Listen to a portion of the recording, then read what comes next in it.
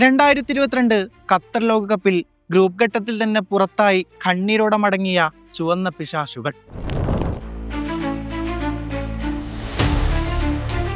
അതെ, നിങ്ങൾക്ക് ഓർമ്മയുണ്ടോ?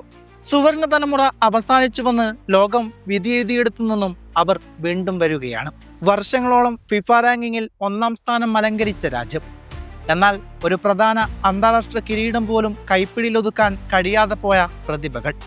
എവിടെയാണ് അവർക്ക് പിഴച്ചത്? 2018 ഫിഫ ലോകകപ്പിൽ 3-ാം സ്ഥാനക്കാരായാണ് ബെൽജിയം ഫുട്ബോളിലെ ആ വലിയ നേട്ടം സ്വന്തമാക്കിയത്. ക്വാർട്ടർ ഫൈനലിൽ ശക്തരായ ബ്രസീലിനെ തകർത്തുകൊണ്ട് അവർ സെമിയിലെത്തി. സെമിയിൽ ഫ്രാൻസിനോട് പരാജയപ്പെട്ടെങ്കിലും ഇംഗ്ലണ്ടിനെ തോൽപ്പിച്ച് അവർ വെങ്കല മെഡൽ നേടി. ഗ്രൂപ്പ് ഘട്ടത്തിൽ നിന്ന് പുറത്തായവർക്ക് നേരെ വലിയ വിമർശനങ്ങൾ ഉയർന്നിരുന്നു. കളിക്കാർ തമ്മിലുള്ള ആഭ്യന്തര പ്രശ്നങ്ങളും പുറത്തു വന്നു. റോബർട്ടോ മാർട്ടിനസ് പരിശീലക സ്ഥാനമൊഴിഞ്ഞു. പക്ഷേ ഫുട്ബോൾ ചരിത്രം അവിടെ അവസാനിക്കുന്നില്ലായിരുന്നു. പഴയ പ്രതാപത്തിന്റെ അവശിഷ്ടങ്ങളിൽ നിന്ന് പുതിയൊരു ബെൽജിയം ജനിക്കുകയാണ്.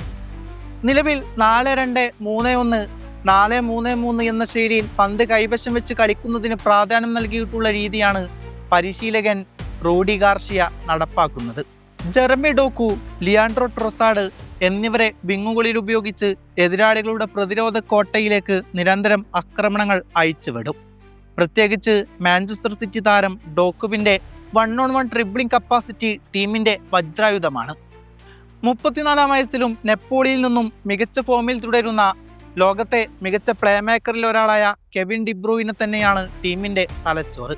ആസ്റ്റൺ വില്ലയുടെ യുവകരുത്തായ അമാഡു ഒനാന, ക്യാപ്റ്റൻ യൂറിയും എന്നിവർ മധ്യനിരക്ക് ഡിഫൻസീവ് സ്ക്രീനും ഫിസിക്കൽ കരുത്തും നൽകുന്നു. റയൽ മാഡ്രിഡിനൊപ്പം ചാമ്പ്യൻസ് ലീഗ് കിരീടങ്ങൾ നേടിയ ടിബോ കോർട്ടുവ വല കാക്കാനുള്ളത് ടീമിന്റെ ഏറ്റവും വലിയ ആത്മവിശ്വാസമാണ്. ബെൽജിയത്തിന്റെ എക്കാലത്തെയും മികച്ച ഗോൾ സ്കോററായ റൊമേലോ ലുക്കാക്കു പരിക്കിന്റെ പിടിയിൽ തുടർന്ന് ഇപ്പോഴും മുന്നേറ്റ നിരയെ നയിക്കുകയാണ്. അതും പ്രതീക്ഷ നൽകുന്നതാണ്. ചാർലസ്, കോണി D winter, Maxim D Kuiper തുടങ്ങിയ യുവതാരങ്ങളുടെ ഊർജ്ജവും കൃത്യമായി ബാലൻസ് ചെയ്തിരിക്കുന്നു.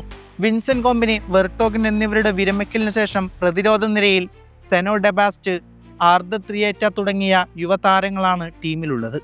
വലിയ മത്സരങ്ങളിൽ ഇവരുടെ പരിചയക്കുറവ് ഒരുപക്ഷെ വില്ലനായേക്കാം.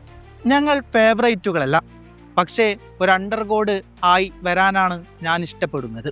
ഞങ്ങളുടെ ലക്ഷ്യങ്ങൾ അതിരുകളില്ല. ഇതാണ് കോച്ച് റൂഡി ഗാർഷ്യയുടെ വാക്കുകൾ. കെവിൻ ഡിബ്രൂയിനയുടെയും റൊമേലോ ലുക്കാക്കുവിൻ്റെയും കരിയറിലെ അവസാന ലോകകപ്പാകാൻ സാധ്യതയുള്ള ഒരു ലോകകപ്പാണിത്. അതുകൊണ്ട് തന്നെ തങ്ങളുടെ കരിയർ ഒരു ലോകകപ്പോടെ പൂർത്തിയാക്കാൻ അവർ സർവ്വം മറന്ന് പോരാടുമെന്ന് ഉറപ്പ് തന്നെയാണ്. കിരീടങ്ങൾക്കപ്പുറം മനോഹരമായ ഫുട്ബോൾ കൊണ്ട് ലോകത്തെ വിസ്മയിപ്പിച്ച ചുവന്ന പിശാചുകൾക്ക് 2026 വടക്കേ അമേരിക്കൻ മണ്ണിൽ ചരിത്രം തിരുത്തി കുറിക്കാൻ സാധിക്കുമോ? നിങ്ങൾ പറയൂ.